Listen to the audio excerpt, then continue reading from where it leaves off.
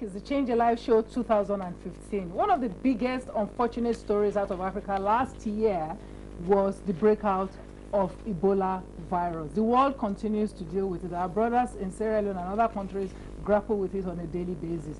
Other parts of the world have had to deal with it also. But Nigeria has provided a sterling example of leadership in containing and curtailing the spread of the Ebola virus. This conversation is very important because I consider all the people on set, in one way or the other, heroes of that situation. I think the most famous hero of this is Dr. Ada Igonoh, who is no longer with us, and I trust that she's watching over her country in the place where saints go. So I'm going to start an introduction from my left, just because I like to introduce women first. Everybody heard about her. She's a tremendous doctor. She was actually the doctor who pronounced Mr. Sawyer, who came into Nigeria with the index case. She pronounced him dead. She subsequently contracted Ebola, and she survived it. Dr. Ada Igonoh. Good morning. Good morning. Good to see you. You did very well. Thank you so much. I'm sure you're glad about that. Yes. Right. All right. I'm going to go on, and right there, beside the governor, is Mr. Hilary Odion. Mr. Hilary Odion is a pharmacist and one of the representatives of First Consultants Hospital here in Lagos. It's one of the most famous hospitals, I think, in the world, now deservedly so, because that hospital did what it needed to do at the time that it was called for. Good morning. And finally, on my extreme right-hand side is Mr. Deji Hasstrup. Mr. Hasstrup represents Chevron Nigeria, and he will explain to you what Chevron has to do with all of this later on. He's the General Manager, Policy and Government and Public Relations for Chevron Nigeria. Good morning, Mr. Hasstrup. And of course, I dare say that you know the Governor of Lagos State. The index case was presented in Lagos State. If Lagos State did not do what it needed to do, we would all be in serious trouble. Thank you. Right, I'm going to start with you, Ada. How do you feel right now? I'm happy to be in. Do you understand the import now of, at the time you and your team, Dr. Igonoh, all the other doctors at First Consultants were taking the decisions, taking those decisions, did you understand the import of what you were doing at those times? Did you know what could have happened if you hadn't done the right thing? We had been watching the news and seeing the numbers escalating, Liberia, Guinea, and Sierra Leone. And we knew that if that happened in this country, we would probably have more cases than any other country because of our numbers, because of our love of mobility. We move around a lot. So, you know, someone going from Lagos to Enugu, Abia, or any other state is going to be a catastrophe for Lagos. So we knew, for Nigeria actually, so we knew that it would be a disaster if we let it happen. You had that, you knew at the point where Mr. Sawyer had died that he was gone. But you went ahead and you did your job. Yes. I mean, I'd have thought it might be a good idea to call in sick. As a doctor, you have a duty to the people to not only protect the people that come to you, but also the environment that you find yourself in. So it's not just about being a doctor and treating those people who present to you, but being able to protect the general public.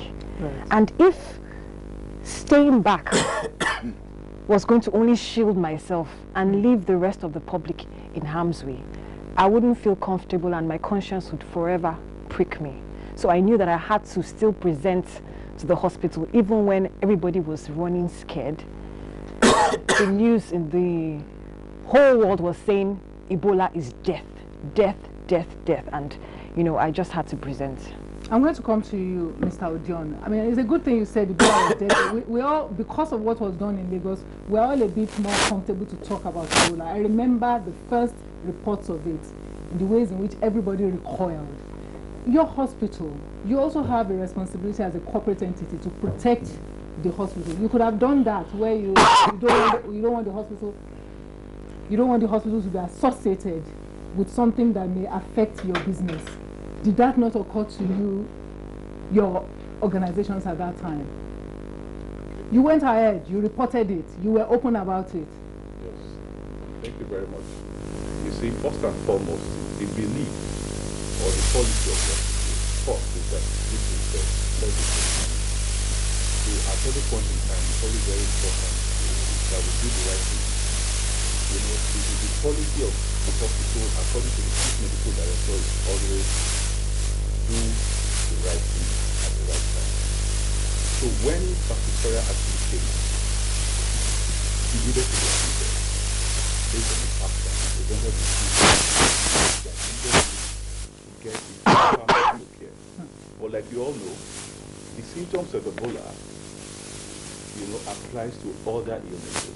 So at that particular time, nobody could actually say, yes, this is an Ebola patient. Even though, to an extent, he never really told the doctor on duty the right information that the doctor needed to do. But the fact was just that he's a Liberian. So if he had told us, okay, that he's a Liberian, he's actually coming from Liberia, you know, then maybe one would have actually thought of that. But either that it may, the fact remains that he was admitted because he needed to be admitted. So after 1 or 2 days, he wasn't improving. So we needed to go extra. You've done something here that I think the rest of the world can take lesson from. You didn't say, this is a Liberian, Like that. this is a foreigner, this is a, you know, even when you knew this was a serious case, you did the right thing, regardless of the fact that there were informations not communicated. I'll come back to you. Mr. Hasstrup, the bit that I heard that was fascinating to me was that a lot of this would have been difficult if we didn't have the right equipment to test and get results back quickly. And that equipment for doing the test was something that was made possible by Chevron. Tell me about it. Thank you very much indeed. Chevron's involvement, and it goes back to something that the governor mentioned earlier, we have always prided ourselves in being a company that believes in partnership, collaboration, putting our hands together to solve a problem. And this whole thing started long before Patrick Sawyer. After the Dana accident, the Dana plane accident, there were several weeks that passed before a DNA test could be done on the corpses, and this was very harrowing for members of the family because we did not have the facility in country. And the University of Lagos Teaching Hospital then approached Chevron and asked us to see what we could do to provide a DNA laboratory. And we thought that we shouldn't wait for another disaster before we start looking for where to test for DNA. So we came together with our partners, and here I must recognize the NNPC, because without the provision of funding and support and partnership from NNPC, we would not have been able to make that happen. But we worked with Luz, and we provided the Lagos University Teaching Hospital with the first operational DNA laboratory in Nigeria. My understanding is that that's perhaps the only one in West Africa that we have now. And the truth of the matter is that, God bless Dr. Ada Igonoh, she sent the sample from the index patient to Luz for testing. If that facility was not available, we would have had to send it to Atlanta in the United States. It would have taken a longer time for us to get feedback that we're actually dealing with Ebola virus here. In that period of time, many people who had come in contact with Sawyer would have traveled out of Lagos to parts of the country, and would have made our job a lot more difficult. We would have been in trouble. The Ebola virus. Thank you, Mr. Hasstrup. I mean, what I'm hearing all around is people doing the right thing at the times where they are called upon to do it and being prepared. If you hadn't done that with the Dana crash, that facility won't be there. Without that facility, these results would have been different. Now, the final leg that was also important was, Governor, speak to us. You were not even in Nigeria when that happened, were you? No, I wasn't. Where were you and what did you do? I was on my way back from Lesser Hajj, and the year before I'd gone to Lesser Hajj, but we cut the trip short when my father passed. So I'd taken my children on a holiday, and because my father passed, we had to abort what was like a small family holiday that we hadn't had for like 10 years. So we came back. So I promised them that in 2014 we would go. So immediately we left Saudi Arabia, finished the Ramadan. I think it was a day after when the holiday really was supposed to start. We had finished fasting. I just saw the news, Ebola in Lagos, and so I started packing my bags. So that was the end of that 10-year holiday. That was. That look, I have to go home.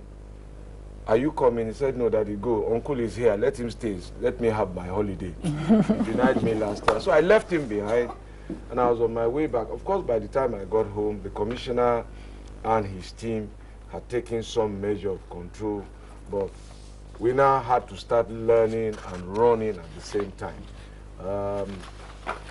And from then, it was the real dimension of what could happen to 21 million people hit me. And I didn't know what to do, so I was reading and learning. I heard about Ebola.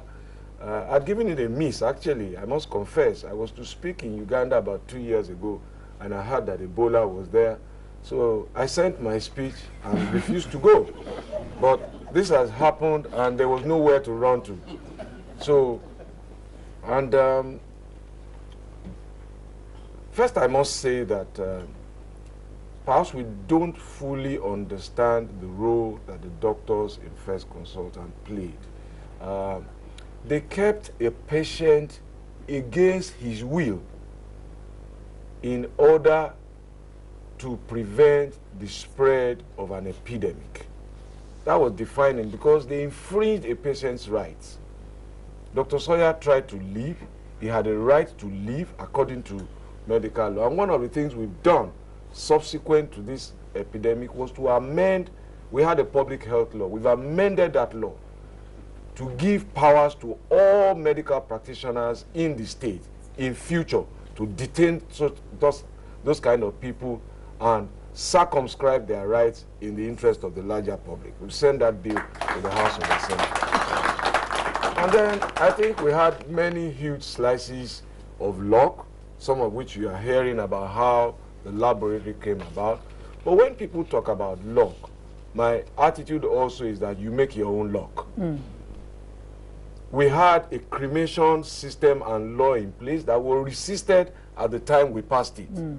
And that helped in many ways ultimately to contain the spread, because the corpses were even much more lethal than the living victims. So there was no question of burying or any of those cultural... Yes. So, and then we had started a cleanup in the state, improved sanitation as a way of life. Those were the things that ultimately helped to define. And again, I would say, the collaboration between the health workers at the state and federal level. Nerves were frayed. People were scared. I was scared. Because everything that we had really put together could all go awry and wrong. And I must say this now, that I remember the night that I heard that nobody was working at the center because everybody was scared. So, and I was pondering what to do when I called Dr. Idris. I said, look, we're going there at 7 a.m. in the morning. Don't tell anybody. And immediately we finished the conversation, my wife walked in and said, you don't look happy. I said, I'm not happy. What's the problem? And this Ebola thing, what are you going to do? And I said, I'm going there. She said, you are going where? And don't come back to this house if you do. But somebody had to go. And if you remember that morning, my hands were in my pocket. I noticed. Because we really didn't know what to do. But we had to get people to build that operation center. And many more details will come out because we've kept records of what happened. But it was a combination of really people knuckling down and doing what they had to do. We provided life insurance for them, that if anything happened to their families, they would be so. Again, people were ready if the support and the inspiration and the encouragement was there. And the rest, as they say now, is history. But right. we cannot relent. As long as that virus exists in any part of the world, we remain at risk.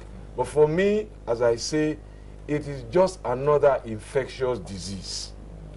And the world will overcome this. And too. there will be many more infectious diseases across the world.